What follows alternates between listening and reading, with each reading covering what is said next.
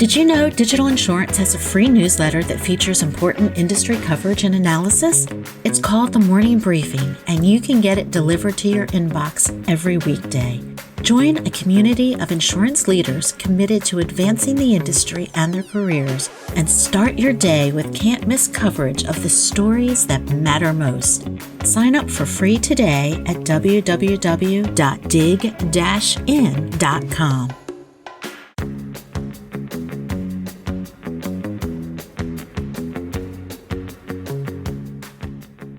Sounds good. Thanks, Kelly. All right, here we go. Hello, and welcome to the DIGIN Podcast. I'm your host, Patti Harman, Editor-in-Chief of Digital Insurance. Mergers and acquisitions play a major role in driving growth and innovation, and a well-thought-out approach with specific goals can increase the odds of success. Finding the right partners or companies to acquire takes a lot of due diligence, investment, flexibility, and a little luck. In 2023, there were approximately 40,000 M&A deals completed worldwide, worth almost $2.5 billion. In 2024, in the U.S., there have been almost 22,383 deals valued at approximately $1.7 billion, which is just about 25% lower than the 2023 numbers. Joining me today to discuss some of the factors to consider when integrating acquisitions into your company, priorities as part of the acquisition process, and the importance of human capital in these interactions is Jason Turner, founder, president, and CEO of the Venbrook Group. Thank you so much for joining us today, Jason. Thank you, Patti. Good to be with you. So let's start with something easy. What are some of the reasons companies will pursue a merger or acquisition with another company? Wow, it's not necessarily easy, but I think the answer is complex. It's an easy question, but the answer is complex. I think, firms looking to do M&A activity are generally speaking attempting to, increase their portfolio, whether or not that's in the insurance space, whether or not that's strategically attempting to add products or resources to their existing company, or it's trying to expand geographically in a certain territory, or just generally speaking, gaining more critical mass to create leverage within their overall strategic mission. Yep. You're right. There are a lot of different reasons to consider that type of activity. What are some of the factors to consider as a company is researching possible businesses or companies for a merger or acquisition? That's also another complex question. And the answer is different for everyone, right? I don't think there's necessarily a one size fits all, but I think it's, people is a big portion of it. As I always say to my team and others, it's always the jockey, not the horse. People, where the insurance business is a people first business. Relationships matter, and the longevity of those relationships that equate to recurring revenue is always an important factor. Yeah, there are definitely a lot of considerations, and you're right, because what people or what companies are considering, it will depend on the nature of that type of business and the investment. Are there some more common mistakes maybe that companies make as part of the M&A process? And if you don't mind, let's look at this from two different perspectives. What are some common mistakes for a company looking to acquire a company?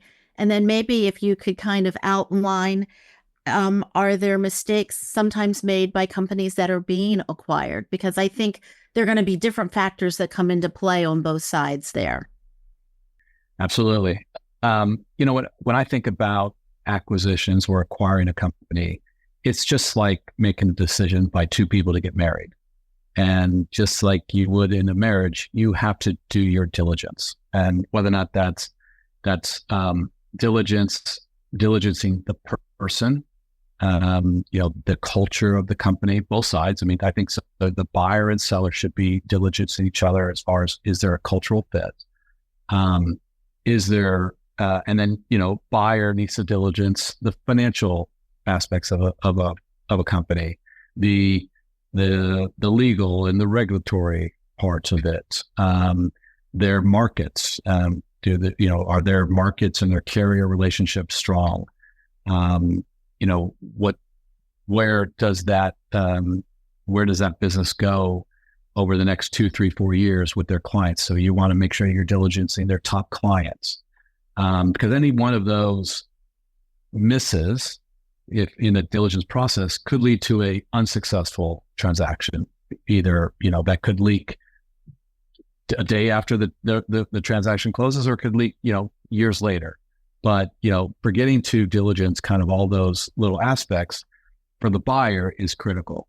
For the seller, I think that you're diligencing not just the buyer's capability to perform on the acquisition, but you're also diligencing, hey, will I be a fit going forward? Will my people be a natural fit going forward? So that cultural aspect is critical, Patti.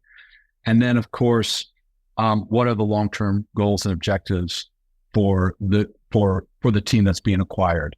Are there going to be layoffs afterwards, or is the company committed to retaining those employees? Me personally, what I've always said is, we want continuity and consistency the minute after the transaction occurs. That applies to both, the employees as well as the customers. We want to make sure that what we're doing is not going to disrupt that business that we're acquiring. Right. That's so important. And you're right to mention the customers as well, because they are all going to be part of that acquisition in some manner. So keeping them in mind will be important. So as anyone who's been with a company that has been acquired or been part of a company acquiring a new entity, there are a number of factors to consider as part of this merger. And I realize as I ask this question, it will depend on probably the industry, the companies involved, all of those sorts of things. But I was wondering if you could share with our audience a couple of the top factors to consider when you're considering acquiring a company. What are the things to look for, watch for, questions to ask, that sort of thing? Again, I go back to my original, it's the people. You're stepping into an existing company that has a culture, that has a theme, that has, it's most likely different, right? I mean, the people are different no matter if you're 5 miles from each other or 500 miles from each other. And so I do believe the number one thing to consider are the people. You're impacting people's lives with the transaction, and you've got to be careful how you navigate that. So, how do you do that better? Do you go meet with those people one-on-one?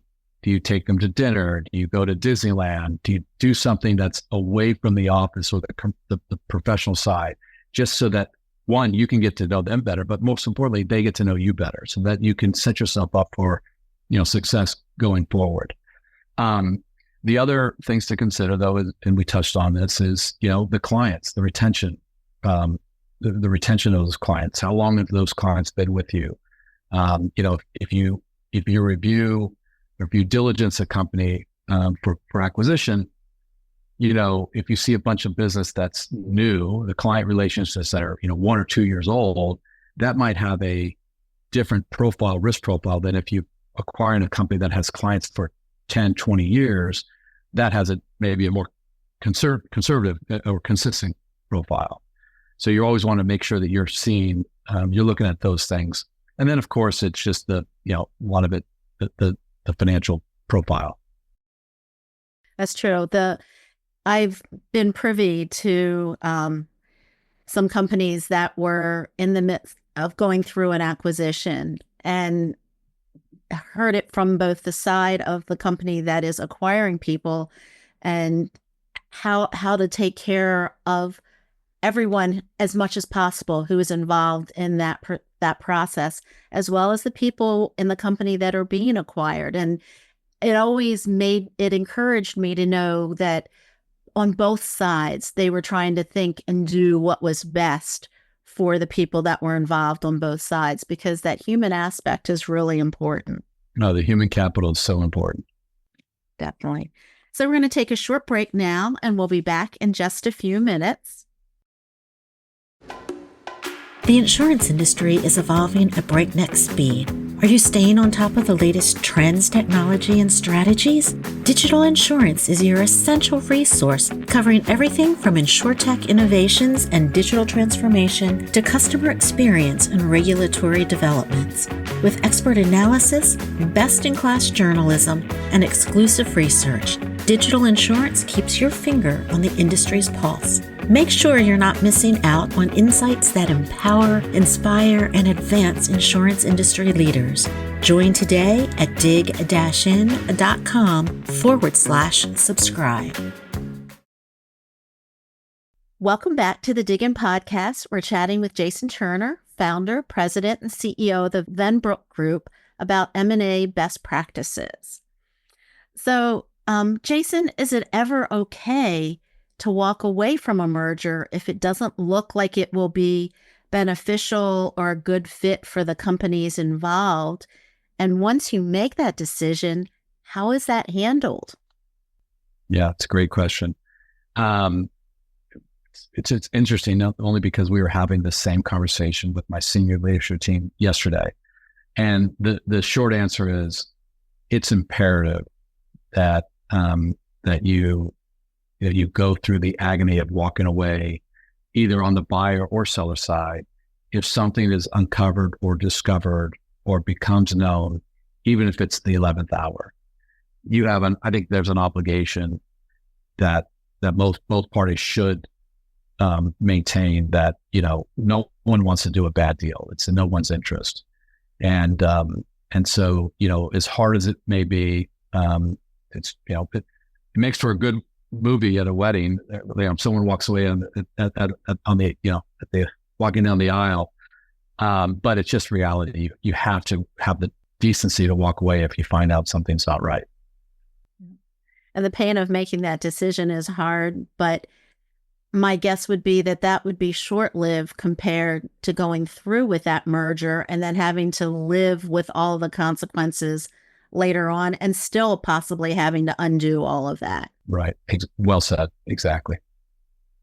So we've talked earlier about how people are such an important part of the acquisition. If a company has been acquired or is in the process of being acquired, when should leadership inform the employees? And then what are some of the risks involved with sharing this news? Yeah, another great question. So if you're the buyer and you know that the people are critical to the future success of the business, you want to get to know those people as soon as possible. That's logical and it makes sense. If you're the seller, though, you don't want to introduce your people to the buyer, the potential buyer, until you have a lot of confidence that the deal is going to happen. And so it's a little bit of a Spanish dance that has to take place for a fairly short period of time.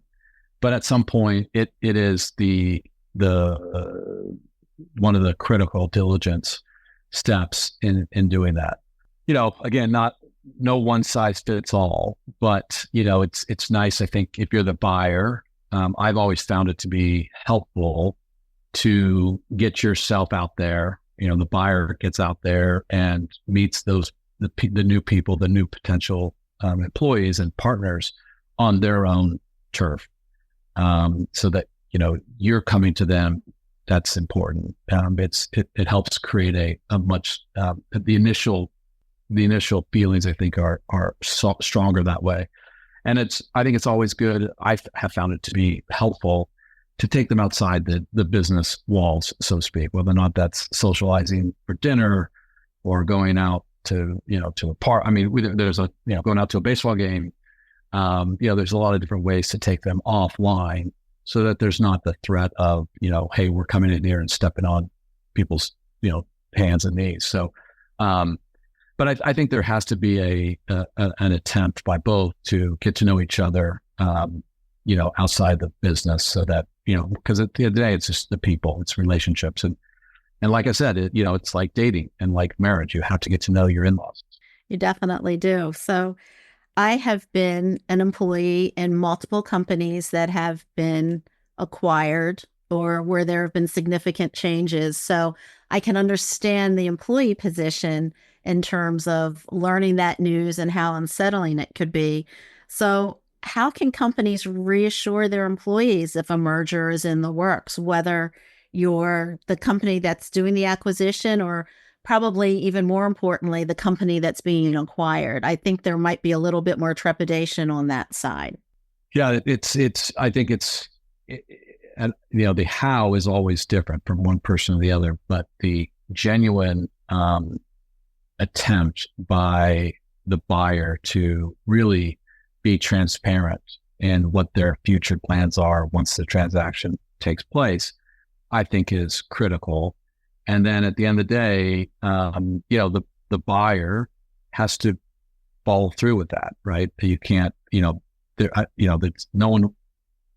Hopefully, no one's involved in a situation where there's a bait and switch, where you told me you're going to do X and you end up doing Y, unless there's a really good reason. You have to be a man of your word. What are some examples of positive actions that you've seen companies take to make the transition smoother for their employees? And that can be on either side, just things that kind of make it a little bit easier for people to understand what's going on from an education process. And there might be other steps or factors, to consider. Yeah, we've used one in particular, and I would call it almost like a town hall, where you, the buyer, go out to the company and you really just sit there in the middle of the office or the middle of the meeting room or whatever, and you tell them about yourself, you tell them about your business, you tell them why you're doing this, the rationale, business and otherwise. And then most importantly is you sit up there and you take questions and answers. People that hopefully, people will ask a lot of good questions, and through those questions and answers, other, the staff and the company that's being acquired will get to know you better and get to understand what the reason is for this. Because I think if you communicate the rationale, the reason for this, and your reasons are strong, then I think most likely people will say, "Oh, that makes sense. I'm happy to. I understand it, and I'm excited to be part of it."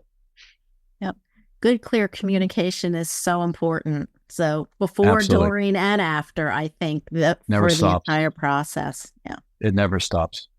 and a lot of times, I think companies underestimate the importance of that, or they might be really good on the front end, and then after everything happens, they don't realize that process continues on months after the acquisition has been made. It sure does, and it's hard to do, to be perfectly frank. And for me personally, I'm always trying to get better at it. You never can be good enough. You always have to improve and just be honest with yourself.